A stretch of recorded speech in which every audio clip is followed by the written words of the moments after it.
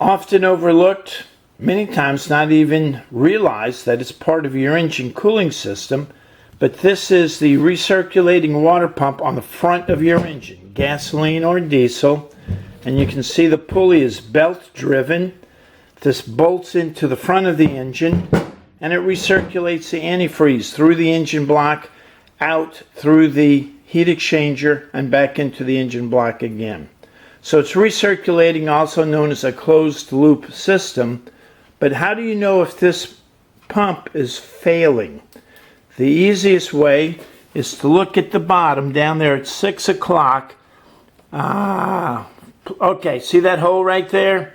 That's down at 6 o'clock on the bottom of the pump, on the bottom of the engine. That hole is called a weep hole. So if there's any antifreeze leaking out through this shaft goes through the pulley and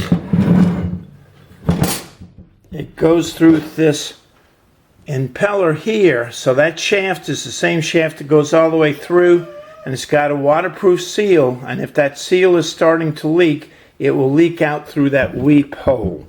So again, let's turn around and look for the weep hole. Can you see it right there? So that's the weep hole. Up here it's high, but on the engine it's actually down at 6 o'clock.